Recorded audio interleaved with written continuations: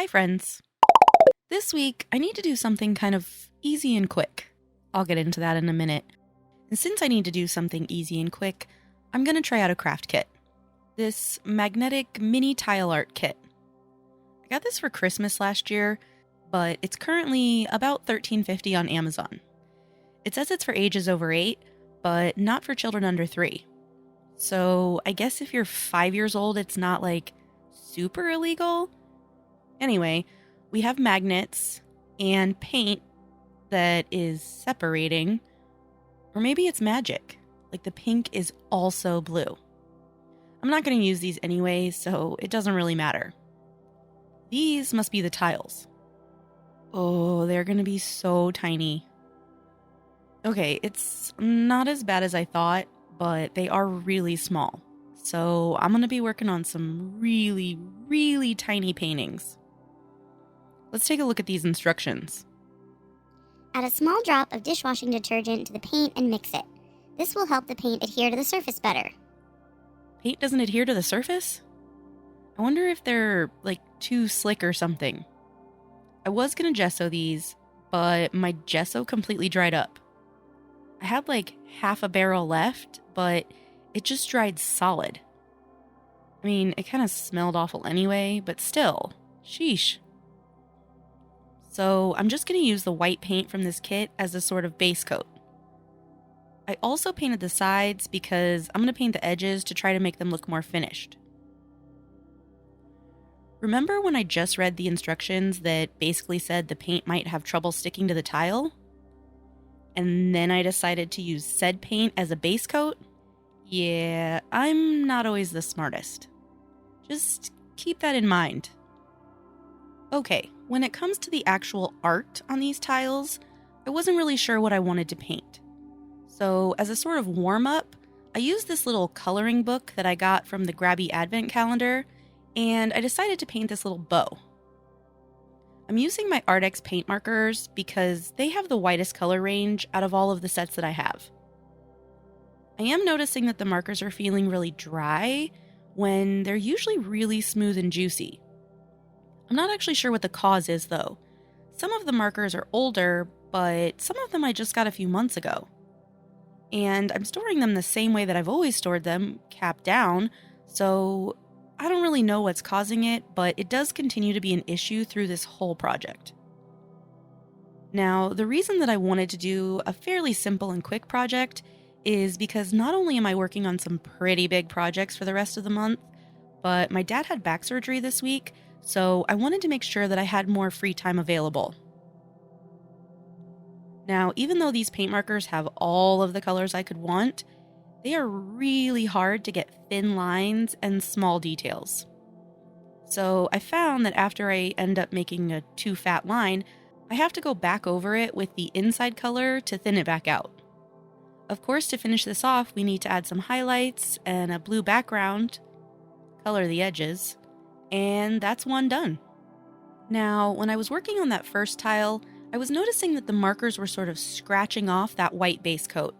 So I went over the rest of the tiles with a clear gesso that I have. It did make the surface very scratchy and grippy, but again, I started with a paint base coat, so we're still going to run into some problems. My first clue should have been these chunks that I started noticing on the brush tips, but since the markers were feeling different anyway, I wasn't sure if it was a problem with the markers or the canvas. Now for the second tile, I'm still going simple with one of my favorite styles, a colorful landscape. Well, a cloudscape. I just love doing these. They're so easy, and I always like how they come out. Also, I really do like doing tiny little paintings every once in a while because you can't really plan out too much.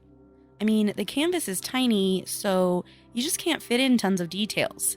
You just end up winging it a lot by default and making up a lot of it as you go along. I'm also starting to notice that the paint markers have discolored tips. It comes off when I draw on a paper towel, so I think that it's not fully mixed paint rather than a stain. Now, I have to assume that that's from the markers being stored standing up, but that's literally how they come in the box. Whatever. I'll just start storing them on their side if they're going to be divas about it. Anyway, back to this actual painting.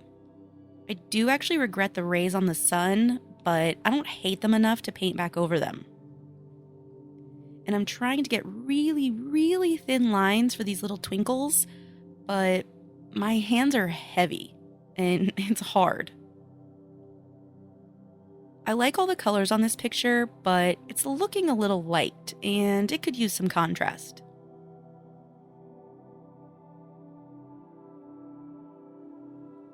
Now it kind of looks like that sewing thing when you stitch fabric on to make pictures. What do they call that? Applique. Yeah, it looks like a cute little applique. Now, this next one is going to be one of my characters, Bebop. Bebop was originally created in a dollar store makeover video, and I love him so much that he's made a few more appearances. But it's been a while, and I just really miss him. I did sketch him out first because, like I said, it's been a while. And first, I just blocked in his main colors. Now, every time I draw Bebop, or anything with horns for that matter, I can never get the horns even. See how this one is fatter? So I'll just cover that up. Dang it. Okay, that's good enough, I guess. Then let me block in his teeth and eyes. Now for the background. Purple or darker purple? I guess purple. The very, very tip of the brush seems kind of dried out and like it's not really working. So I tried dipping the brush into some water and then tapping it off on a paper towel. And that seemed to really revive the brush. So I ended up doing this a lot through the rest of the project. I'll go back over all of his main colors, add some really thin outlines. Ew, I'll have to fix that. Now, while I'm waiting for that to dry, I'll do some black outlines on the teeth. Fix up that ear, and then mess up and have to fix the nose. Then I'll work on making this guy fuzzy.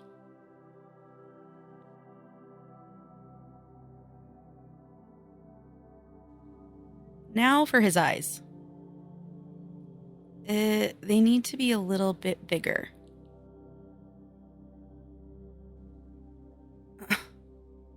Seriously? Oh, his eyes are just gonna keep getting bigger. Okay, that only took 400 years. I think that that's as much detail as I'm gonna be able to get on there, so this guy is done. For this next one, I'm gonna paint something that you've actually probably seen like a million times, but you've never seen it from me. At least that I can remember. Picture me frantically looking around my craft room right now to make sure that I haven't actually done this before and forgotten. Anyway, this is a paintbrush with rainbow paint. This popped into my head because I've been thinking about making a new channel logo. Mine is pretty boring and unoriginal, but I'm not really sure what I should do. Like, what would be a good logo? One that you would see and immediately know that it belonged to me. I'm not going to actually do a paintbrush with rainbow paint because there are other creators out there that have that in their logo. But this was just a stop on the thought train. I'm going to use real rainbow here and not pastel rainbow. Though, if I never checked my impulses, everything would be painted in pastel rainbow. I'm trying to make this brush look more bristle-like, but obviously I don't know what I'm doing, so it's just getting weirder and worse. Okay, well, whatever. I'm discovering that going over the paint too much in one area before it's dried pulls up the paint off of these stupid shiny tiles. See, it's like scraping the paint off. Can you see where it's not as textured? I guess I'm just gonna have to put a highlight right there to hide it. After adding that silver thing, what's it called, a ferrule? Can you even tell this is a paintbrush? Or does it kind of look like a shovel? For the background, I want something really light. Well, that looks like boogers. I'm pretty sure I don't want booger color. Maybe something more minty. After the background, I added completely pointless shadow colors to each paint color. and then some less pointless highlights. It still needs something though, so let's add an outline. Now the background needs something. Ew, not that though. Oh well, we'll just call this one done. Alright, moving right along. And for this tile, I went to my inspiration folder, which is really just a folder of pictures saved on my phone. But this is something that I've wanted to recreate for a long time, and I've just never found the right project. Do you recognize it? If you did, not only are you a super genius, but we're also immediately best friends. The longer that it takes you to figure it out, though, the less I like you. Just kidding. It's actually kind of obscure. It's like a secret club. Okay, I'm being really annoying, so I'll just tell you. This is the design from the piano from the Eras tour. I feel like it's well known, but pretty much all of my algorithms are filled with Swiftie stuff, so maybe I just see it a lot. Either way, I really wanted to do this, and it was a pretty easy paint job, and it looks really good, sort of simple and blurry and messy. But the poop brown wasn't quite poopy enough, so I warmed that up a little. And there we go, much better. Next, I'm painting a fish. Why? I have no idea. It just popped into my head. So I looked up a cute little fish reference, and off we go. Sketching these out with paint markers is not what I would recommend if I were being a good art mentor. But sometimes I'm lazy. However, Mr. Fish is gonna suffer a little because now he looks kind of weird shaped. After adding a tail and some fins, I wanted to give him a sort of gradient pink stripe in the middle. Really, I just wanted to use this fluorescent pink. I'm trying to blend that out a little, which is really just spreading the wet paint around, but eventually I did get it to a minimally butt-looking spot. I drew on some giant fish eyes. Oh no. Oh, that was a bad idea. Just kidding. Undo. Crap. I'm gonna try to stamp on some white paint and be so gentle. Now for the fins, I want really thin lines, so I'm barely touching the tile. Am I actually touching the tile? Hello? How many swipes did it take before I actually made that line? After quite a few more successful swipes, his fins look good. Now, I want him to have some pink in his eyes, a big fishy mouth, and then I'll finish the eyes. Why is his chin hanging so low? Maybe if I give him more of a shadow down there. It kind of helps, but not really. The background is just going to be blue, because water, obviously. Land fish aren't really a thing. So I just used a few different blues to make it less flat. And this guy's done now. Now, for another picture with no reason except that it just popped into my head, a teddy bear. I want to paint a teddy bear. I was trying to think of things that were small and fairly simple, but also cute. But in the end, he might be a little too simple. But what are you going to do? It was at about this point where I was sort of running out of ideas, but I knew that if I didn't do all 10 tiles, A, that would really bother me to not do all of them, but B, I would just shove them in a drawer somewhere in my craft room and probably never remember to get them out again. So I'm pushing on. I did give this guy a cute little heart tummy patch and this sort of bored face, which I actually really love. And then I added some stitch lines so that it's obvious that he's a teddy bear, as opposed to a real bear with a heart tummy patch.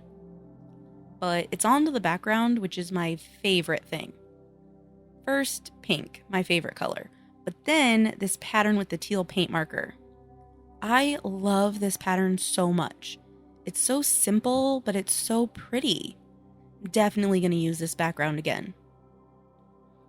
This next one is one that I've actually seen lots of versions of, so this is not an original idea at all, but I do end up really liking how it turns out, so it's worth it. I'm starting with a bluey gray underpainting, and I would love to say that it's because I was being fancy and arty, but honestly, I just thought this was going to be the background color until I decided to change it later. I added this giant white circle, which is the moon, and then this little platform down here is going to be a fence. Now, for the stars of this show, we have a couple of cute little cuddling kitties. And they're purple and mint, because how many times have I used mint so far?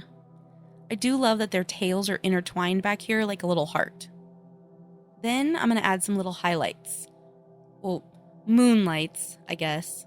Except the moonlight on that mint cat looked dumb, so I moved it to the other side. Then I went in with a deeper blue for the sky.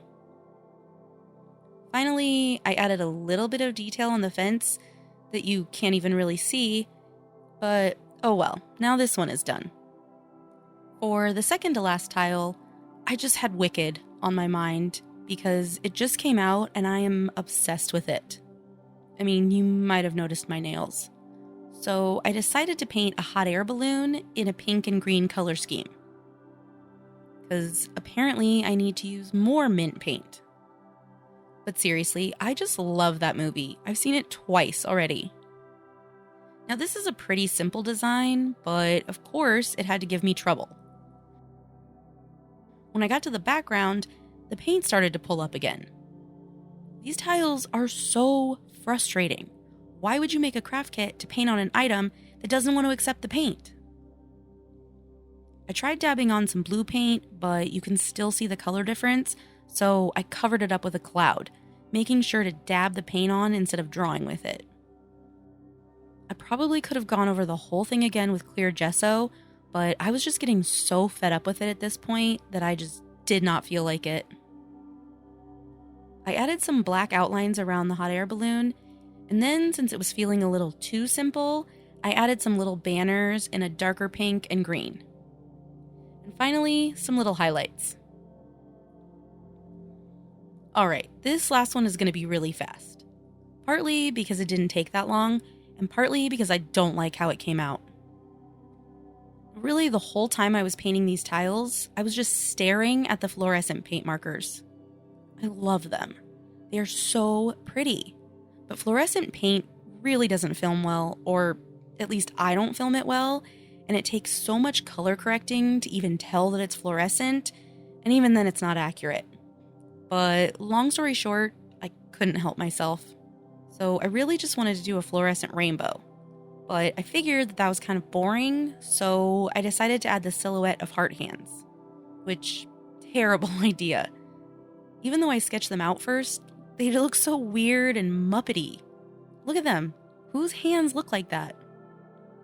But I just kept going and made a fluorescent rainbow coming out of them. Now, most art projects go through an ugly phase, and then they usually come out nice looking in the end. This tile was a struggle the whole way through, and it never got its glow up. It's just kind of meh. Now, after they were all done, I was just going to throw on a few coats of varnish to seal them in. And I decided not to record it because I've done it 1,000 times. But disaster struck. Even though I left these to dry for 2 days, the black paint just gave me the finger, and it decided to infect everything around it. All the other paint was fine, but that black Posca was out to get me. After the first tile smudged, I didn't even swipe varnish on the rest. I just touched it gently to dab it on. And still, look at what happened. Plus, a few spots on only a few of the tiles bubbled up and wrinkled. It didn't happen on all of the tiles, and it wasn't even on all of the spots where the paint chipped, so I have no idea why it did that. I spent a long time fixing these off camera, having to go back into my footage to figure out what color I used so that I could touch all of them up. Then I very, very carefully varnished them before adding on the magnets. Most of them, I was able to get back to a good condition, but my poor applique cloudscape just will never be the same. So that's all for this week. Was it simple and easy? No. Was it quick? Well, some of it was. But we got through it in the end, and most of them turned out really, really cute. So what do you think? Make sure to come back next week for a super exciting video collab event. Thanks so much for watching, and I'll see you next time.